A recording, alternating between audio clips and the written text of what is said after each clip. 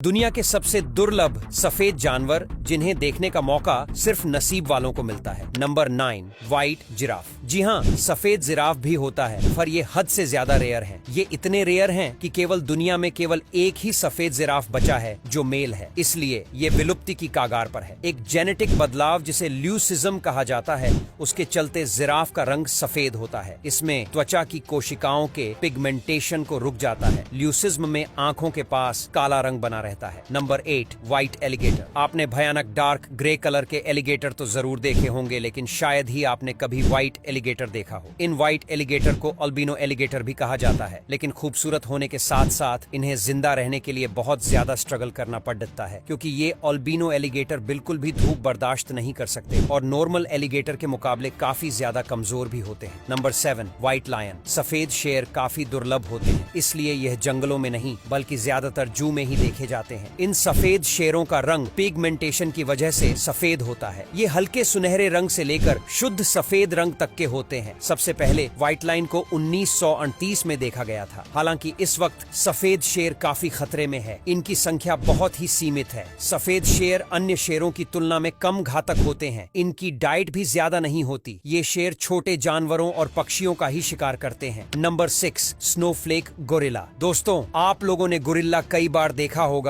लेकिन सफेद रंग का गोरिल्ला कभी नहीं देखा होगा। और अफसोस की बात तो ये है कि स्नोफ्लेक नाम से जाना जाने वाला ये सफेद गोरिल्ला अब विलुप्त हो चुका है और आप अब सफेद गोरिल्ला नहीं देख सकते। स्नोफ्लेक दुनिया का एकलौता व्हाइट गोरिल्ला था, जिसे स्पेन के स्थानीय लोगों के द्वारा पकड़े जाने के बाद उसे बार्सिलोना जू में रखा गया था। वो बीमारी से पीड़ित था, जिसके कारण उसका रंग सफेद हो गया था। Number 5, white crow. क्रो आपने आज तक काले कौवे के बारे में तो बहुत सुना होगा और देखा भी होगा, लेकिन क्या आपने कभी सफेद कौवे के बारे में सुना है? इनको अल्बिनो क्रो भी कहा जाता है। इनके फीचर्स तो नॉर्मल जैसे ही होते हैं, लेकिन रंग सफेद होता है। साथ ही इनके पंजे और पैरों का रंग भी काला ना होकर लाइट पिंक होता है और चोंच भी सफेद ही होती है। ये बाकी कौवों के साथ ही रहते हैं और उनके जैसा ही खाना खाते हैं, बस दिखने में उनसे ज्यादा खूबसूरत दिखाई देते हैं। पर इनको धूप में थोड़ी दिक्कत होती है, जिसकी वजह से ये धूप में काफी कम दिखाई देते हैं और ज्यादातर पालतू होते हैं। नंबर शोर, व्हाइट एलिफेंट। सफेद हाथी को शायद कुछ लोगों ने देखा होगा। कुछ समय पहले तमिलनाडु की सड़कों पर सफेद हाथी को देखा गया था, जिसमें उसको किसी तरह की झांकी में ले जाया जा रहा था। ज्यादातर थाईलैंड में पाए जाने वाले व्हाइट एलिफेंट को वहां के लोग बहुत मानते हैं। उन लोगों का मानना है कि सफेद हाथी प्यूरिटी का प्रतीक है। साथ ही ये लोग सफेद हाथी को पावर और रोल की तरह भी मानते हैं। वहीं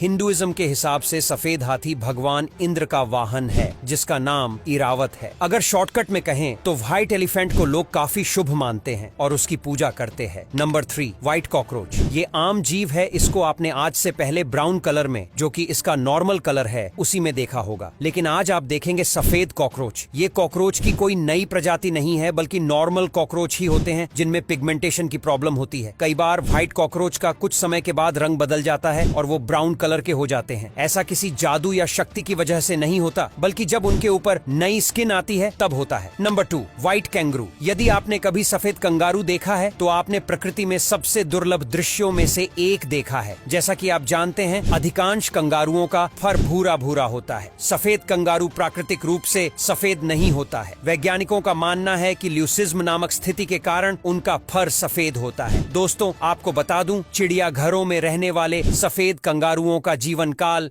जंगल में रहने वाले सफेद कंगारुओं की तुलना में अधिक लंबा होता है। Number 1, white hawk. सफेद रंग का वाज सबसे घास पक्षियों में से एक होता है। ये व्हाइट हॉक पंखों के साथ लगभग 42 से 46 सेंटीमीटर तक लंबा होता है। ये पूरी तरह व्हाइट नहीं होते। इनके पैर येलो और पंखों का आखिरी का हिस्सा ब्लैक या ग्रे कलर का होता है। अब यहाँ तक वीडियो देख ली है तो फिर वीडियो को लाइक और शेयर करना बिल्कुल भी मत भूलना। धन्यवाद।